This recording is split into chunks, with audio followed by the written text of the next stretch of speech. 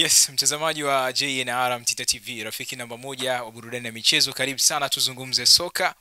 Mimi ni Babu Ali, nyuma ya kamera kwa mwenzangu AP Classic, na hapa niko na mchambuzi Dominic Salamba. Tunaenda kuzungumzia kuelekea michuano ya kimataifa, na kikubwa zile draw zilichezeshwa na tumeona tayari timu zote mbili ambazo zishiriki CAF Champions League, Young Africans na Simba Sports Club, wakiwa tayari wamepangwa katika makundi. Kwa hiyo tutaenda kuzungumzia makundi hayo, nafasi ya hizo timu kuweza kufuzu hatua ya robo finali iko vipi.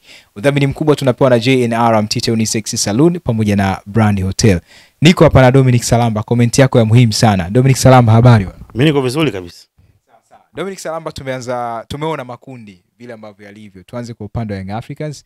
Kwenye kundi wako na GS Kabylie, wako na Al Ahly pamoja na FAR Rabat. Kwa kuanza hapo, nafasi ya Yanga iko vipi kufuzu hatua ya robo finali?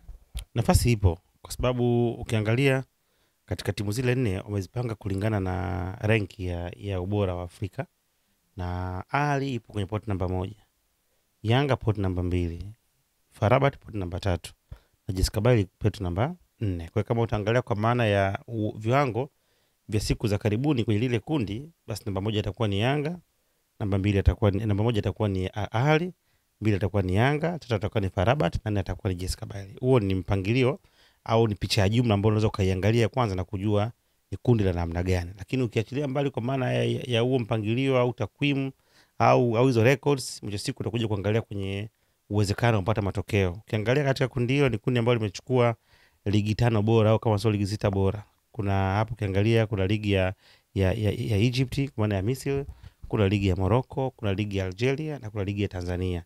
Kwa hiyo katika ile sita bora unazungumzia pengine imekosekana Tunisia na South Africa, ndio ligi ambazo ziko katika ubora wa juu au viwango vya juu.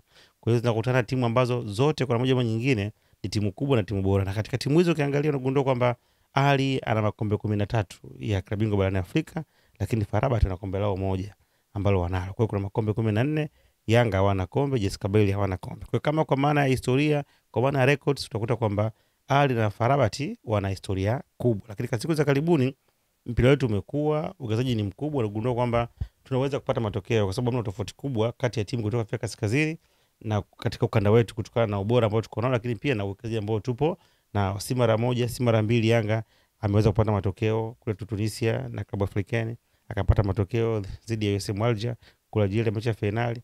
Kwa hiyo kuna hali ya saizi kuanza kuona kwamba popote unaweza kaenda ukijiandaa ukapata matokeo. Lakini ukija katika hali ya saizi current form ambayo tuko nazo, Ahly hapo katika bora mkubwa, lakini kutokuwa kwenye bora mkubwa wa Ahly hakufanya uweze kuondoa katika hatua ya makundi au robo finali.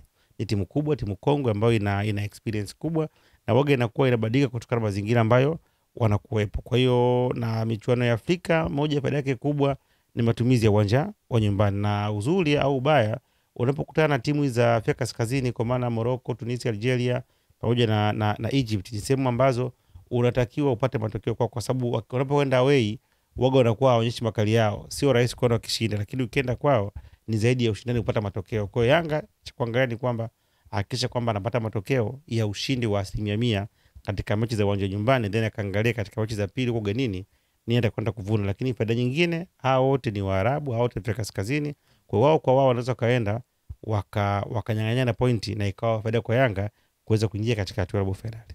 Tukiangalia kwa kundi lilivyo, wapinzani wote kutoka kaskazini, lakini kwako wewe unaona mpinzani yupi ambaye anaweza kuwa ataleta changamoto kubwa sana kwa Yanga kuliko hao wote? Nafikiri FAR Rabat. Yeah. Ni timu ambayo imekuwa ina nguvu kubwa, aina ya uchezaji wake.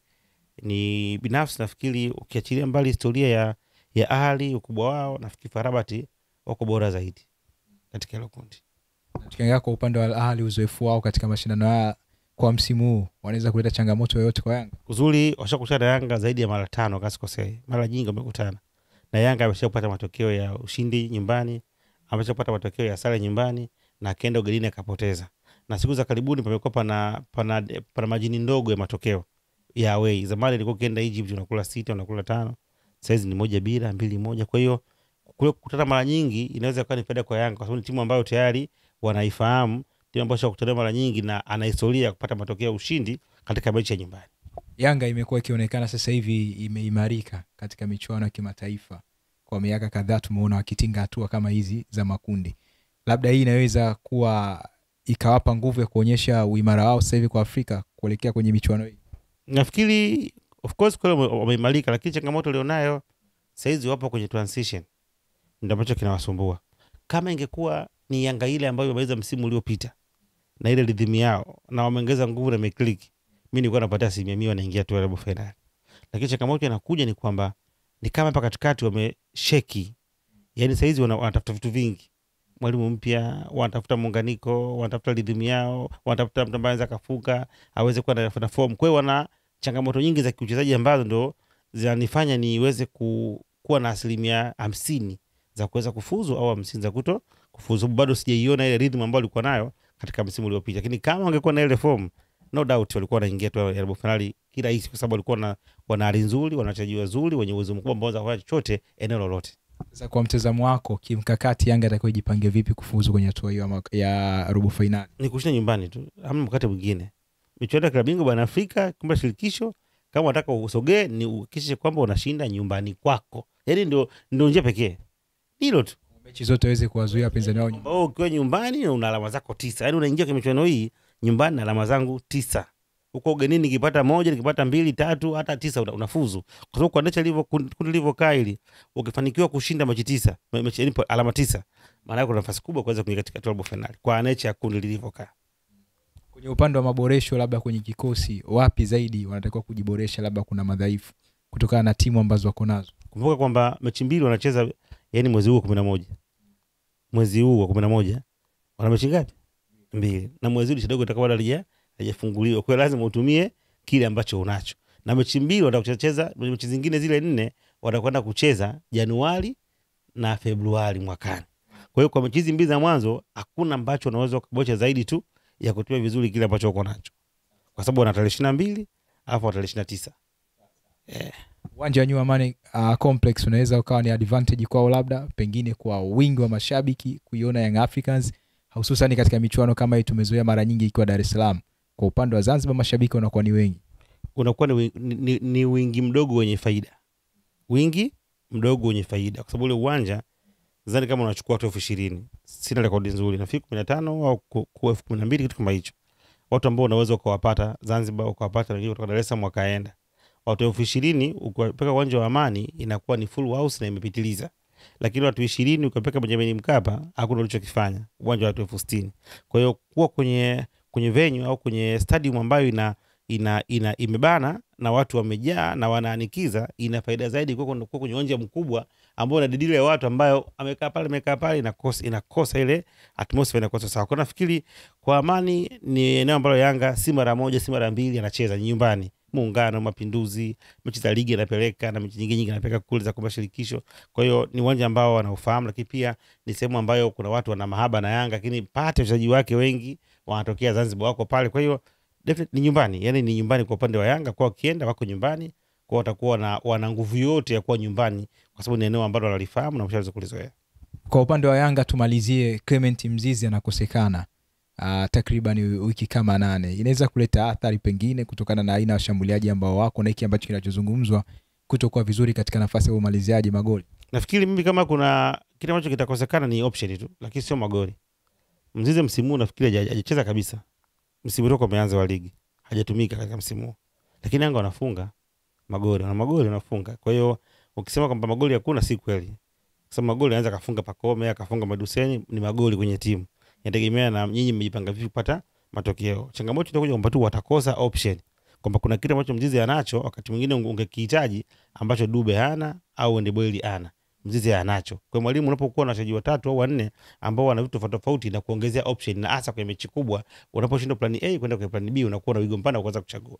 Dominic Salamba, mimi nikushukuru sana kwa time yako. Karibu tena. Yes, huyu ni Dominic Salamba. Tulikuwa tunapiga stories za soka hapa upande wa Simba pamoja na Young Africans, nafasi zao katika makundi ya CAF Champions League. Kwa hiyo comment yako ya msingi sana, si tukiwa wawili wewe ni watatu ambaye pia unaweza kuachia comment yako. Naitwa Babu Ali, nyuma ya kamera kwa mwenzangu ambaye AP Classic, na nitoe shukrani za dhati sana kwa wadhamini wetu ambao ni JNR Mtita Unisex Saloon, ambapo wanakukaribisha katika saluni zao ambazo zinapatikana Dar es Salaam maeneo mbalimbali Hivi sasa unaweza kufika katika saluni ambayo ipo karibu yako. Unaweza kufika Buguruni Rozana pale mkabala na kuta za polisi, au pia unaweza kufika Temeke Sudani kona ya kwenda Tandika. Lakini pia kuna saluni ambayo iko karibu na hapo, Mtoni kwa Azizi Ali pale mkabala na zahanati ya Mtoni. Kwa wakazi wa Kigamboni unaweza kufika Kibada shule pale mkabala na shule ya msingi Kibada, au Mikwambe Maliasili Kigamboni. Lakini pia kwa wakazi watu wa Ngoma Kongoyo unaweza kufika Mikwambe Maliasili pale, au unaweza kufika Tuangoma kwa Sako pale. Kuna saluni mpya ambayo imefunguliwa. Tembelea Instagram page @officialgrmtita_unisex kwa ajili ya kuweza kujionea picha za saluni, wateja wakiwa wamependeza, lakini pia mandhari na vifaa ambavyo vinatumika kutolea huduma. Facebook ni JNR Mtita Unisex Salon. Pia hivi sasa Brand Hotel wanakukaribisha. Unapofika Dodoma basi unaweza kupata huduma nzuri kabisa kama huduma ya malazi tukiita accommodation, lakini pia chakula kizuri, African food pamoja na international food. Wanakumbi kwa ajili ya mikutano, pia wanakukaribisha weekend wanakuwa na pool party pale. Tembelea Instagram page yao @brandy_hotel. Wanapatikana Kisasa pale mkoa wa Dodoma, mtaa unaitwa Nyumba 300 ndio panapoitwa hivyo. Uwe na siku njema. Next time tutakuwa na nani, endelea kuwa nasi, lakini pia subscribe YouTube channel yetu, pia tufollow kupitia mitandao ya kijamii kwa jina la JR Mtita TV. Ni kweli hoteli nyingi umeshafika na umeshapata huduma zao, lakini nikuulize, je, umeshawahi kufurahia na kuenjoy kwa kupata huduma nzuri na bora zaidi kutoka Brand Hotel? Usijali wala hujachelewa. Brand Hotel ndio mabingwa kutoa huduma bora zaidi. Ni hoteli ya kifahari inayopatikana mkoa wa Dodoma, yenye mandhari nzuri ya kuvutia. Ufikapo Brand Hotel utapata huduma bora ya malazi, vyakula vizuri vya Kiafrika na vya kimataifa, vinywaji vya aina zote, free breakfast, free wifi, free swimming pool, vyumba vya kisasa vyenye huduma tofauti tofauti vitakavyofanya siku yako iwe nzuri na ya kipekee. Pia tuna kumbi za kisasa kwa ajili ya mikutano na shughuli mbalimbali. Garden nzuri ya kuvutia kwa ajili ya kupumzika na kupiga picha. Tunapatikana Kisasa, Dodoma, Tanzania. Fanya booking online kupitia booking.com. Tunapatikana kwa simu namba 0773467756. Email brandhotel14@gmail.com. Brand Hotel, tunaamini kwenye ukarimu na huduma bora.